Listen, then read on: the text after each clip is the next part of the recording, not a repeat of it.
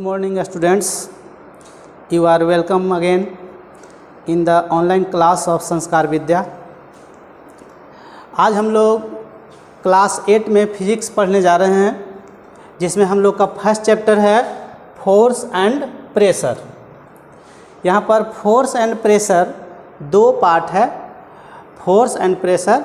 तो इसमें सबसे पहले हम लोग फोर्स को समझते हैं।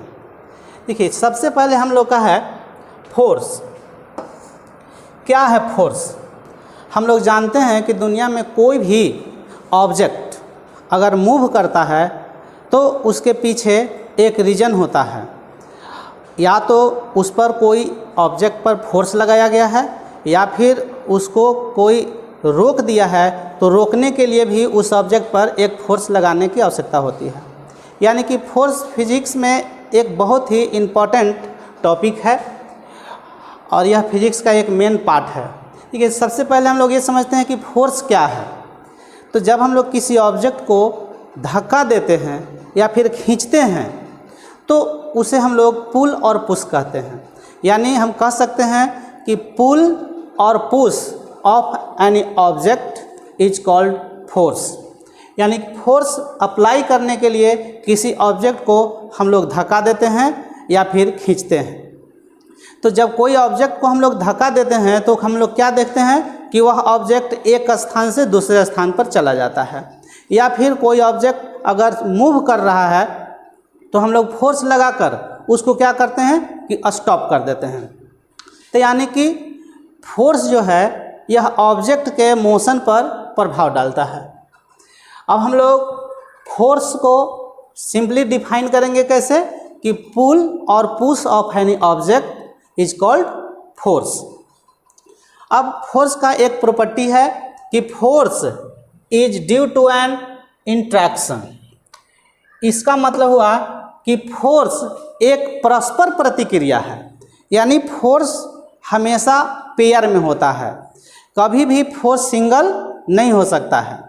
अगर कोई सिंगल फोर्स होगा तो ये किसी ऑब्जेक्ट पर अप्लाई नहीं हो सकता है। जैसे मान लेते हैं कि हम एक रुके हुए कार को धक्का देने के लिए उसको टच नहीं करते हैं, तो वैसी स्थिति में हम क्या देखेंगे कि उस कार पर किसी प्रकार का कोई मोशन नहीं होगा। अगर हम देखते हैं कि दो बच्चा एक दूसरे से हाथ मिला रहे हैं तो उसके लिए फोर्स अप्लाई करने की ज़रूरत होता है। तो फोर्स जब एक ऑब्जेक्ट दूसरे ऑब्जेक्ट पर अप्लाई करता है तो दूसरा ऑब्जेक्ट भी पहले ऑब्जेक्ट पर फोर्स अप्लाई करता है। तो इस तरह से हम कह सकते हैं कि force is due to an interaction. यानी कि फोर्स जो होता है हमेशा परस्पर प्रतिक्रिया करता है। इस तरह से हम लोग बहुत सारा इसका एग्जाम्पल ले सकते हैं। जैसे कार को धक्का देना, कार को जब धक्का देते हैं तो हम लोग को एक फोर्स का अनुभव होता है।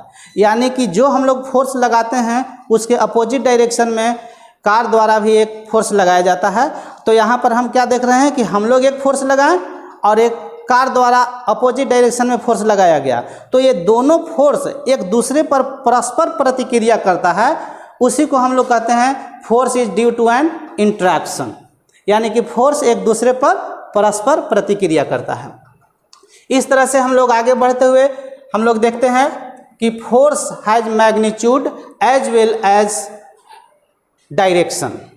यानी कि इसका मतलब ये हुआ कि फोर्स का जो मैग्नीट्यूड होता है वह अप्लाइड फोर्स के डायरेक्शन पर डिपेंड करता है।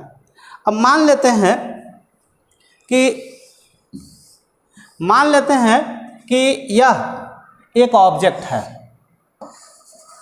यह एक ऑब्जेक्ट है, इस पर इस डायरेक्शन में एक फोर्स लगाया गया है।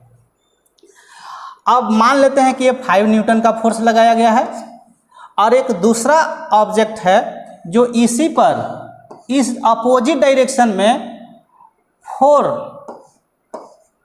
न्यूटन का फोर्स अप्लाई करता है। तो इस ऑब्जेक्ट पर फोर्स का जो मैग्नीट्यूड होगा वह 1 न्यूटन के इक्वल होगा। क्योंकि यहाँ पर देख रहे हैं क्या कि दोनों फोर्स एक दूसरे के अपोजिट काम कर रहे हैं। इसका मैग्नीट्यूड 5 न्यूटन है और इसका मैग्नीट्यूड 4 न्यूटन है और इसका डायरेक्शन अपोजिट होने के कारण रिजल्टेंट फोर्स का वैल्यू हमें 1 न्यूटन मिला। अगर इसी तरह से अगर हम दूसरा एग्जाम्पल लें तो अगर मान लेते हैं कि यहाँ पर एक ऑब्जेक्ट है, अगर इस पर दोनों फोर्स अगर एक ही डायरेक्शन में लग रहा हो, मान लीजिए ये 5 न्यूटन है और ये 4 न्यूटन है, तो इस समय यहाँ पर रिजल्टेंट फोर्स जो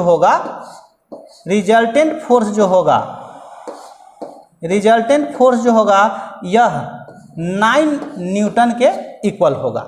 देखिए दोनों एग्जाम्पल से हम लोग ये देखें कि फोर्स का जो मैग्नीट्यूड है वह फोर्स के डायरेक्शन पर डिपेंड करता है। यहाँ दोनों का डायरेक्शन अपोजिट था, इसलिए यहाँ पर 1 न्यूटन का फोर्स अप्लाई हुआ और यही फोर्स जब दोनों का डायरेक्शन यहाँ पर सेम हो गया तो इसका मैग्नीट्यूड अधिक हो गया और 9 न्यूटन का मैग्नीट्यूड प्राप्त हुआ। इस तरह से हम कह सकते हैं कि फोर्स जो होता है वह उसका जो मैग्नीट्यूड है वो डायरेक्शन पर क्या करता है, डिपेंड करता है। इस तरह से हम लोग अब आगे बढ़ते हैं। इफेक्ट्स ऑफ फोर्स, इस टॉपिक पे हम लोग ये देखेंगे कि फोर्स जब हम लोग किसी ऑब्जेक्ट पर अप्लाई करते हैं तो वह ऑब्जेक्ट पर किस तरह का इफेक्ट डालता है, प्रभाव डालता है।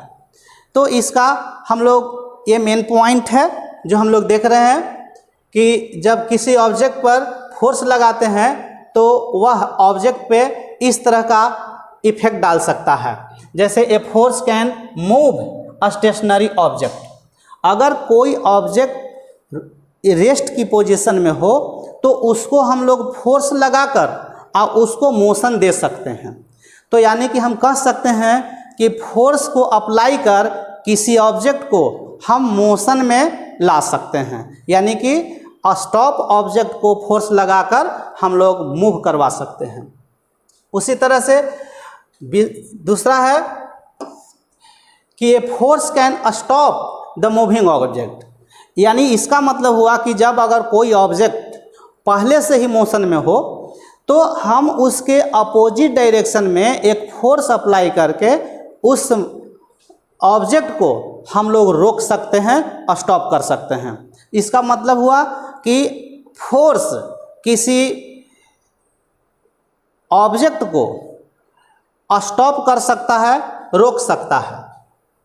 इसी तरह से हम लोग तीसरा देख रहे हैं कि force can change the speed, force किसी ऑब्जेक्ट के स्पीड को चेंज भी कर सकता है। जैसे मान लो कि एक बच्चा साइकिल चलाते हुए आगे जा रहा है, पीछे से उसका दोस्त उसे धक्का दे देता है, तो हम लोग क्या देखते हैं कि उस साइकिल का स्पीड पहले से बढ़ जाता है। यानी कि पहले वह उसका मोशन जो होता है कम था, लेकिन जब बच्चा पीछे से उस पर जब फोर्स अप्लाई किया तो उसका मोशन पहले की कंपैरिजन में क्या हो गया, बढ़ गया। जिसे हम कह सकते हैं कि फोर्स लगाकर हम लोग स्पीड को चेंज कर सकते हैं। उसी तरह से अगर कोई ऑब्जेक्ट अगर दूसरी अपनी ओर आ रहा है तो हम उसको अपोजिट डायरेक्शन में फोर्स लगाकर उसके मोशन को हम लोग कम भी कर सकते हैं। तो इस तरह से हम कह सकते हैं कि फोर्स को अप्लाई करके और हम लोग स्पीड को क्या कर सकते हैं, चेंज कर सकते हैं।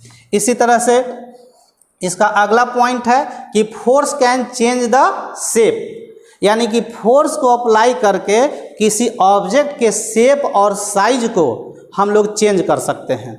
जैसे हम लोग जब बैलून को ऊपर से दाब देते हैं तो उसका साइज स्फेरिकल से कुछ दूसरा शेप प्राप्त कर लेता है। और किसी बहुत सारे ऐसे हम लोग एग्जाम्पल ले सकते हैं, जैसे गीली मिट्टी को अगर हम लोग दबाएंगे तो उसका शेप चेंज कर जाएगा। जैसे गरम लोहे को हथौड़ी से पीट कर या उसका हम लोग शेप को चेंज कर देते हैं। इसका मतलब हुआ कि ऑब्जेक्ट पर जब हथौड़ी फोर्स लगाता है तो उसका शेप क्या हो जाता है, चेंज हो जाता है। तो हम कह सकते हैं कि फोर्स के द्वारा हम किसी ऑब्जेक्ट के शेप को और साइज को क्या कर सकते हैं, चेंज कर सकते हैं। उसी तरह से हम लोग का अगला पॉइंट है कि force can change the direction. Force को अप्लाई करके हम लोग डायरेक्शन को चेंज कर सकते हैं। जैसे हम लोग क्रिकेट खेलते हैं तो बॉलर क्या होता है कि बॉल फेंकता है और बैट्समैन बैट के द्वारा बॉल पर एक फोर्स अप्लाई करता है, जिसके कारण वह बॉल अपना डायरेक्शन चेंज करके दूसरे डायरेक्शन में चला जाता है। तो इस तरह से हम लोग फोर्स अप्लाई करके तरह तरह के वस्तुओं में डायरेक्शन को क्या कर सकते हैं, चेंज कर सकते हैं। इस तरह से हम लोग आज इतना ही जानेंगे। अगले टॉपिक में हम लोग इसके फोर्स का, बैलेंस फोर्स का क्या महत्व है और प्रेशर के बारे में आगे जानेंगे। ठीक है, थैंक यू।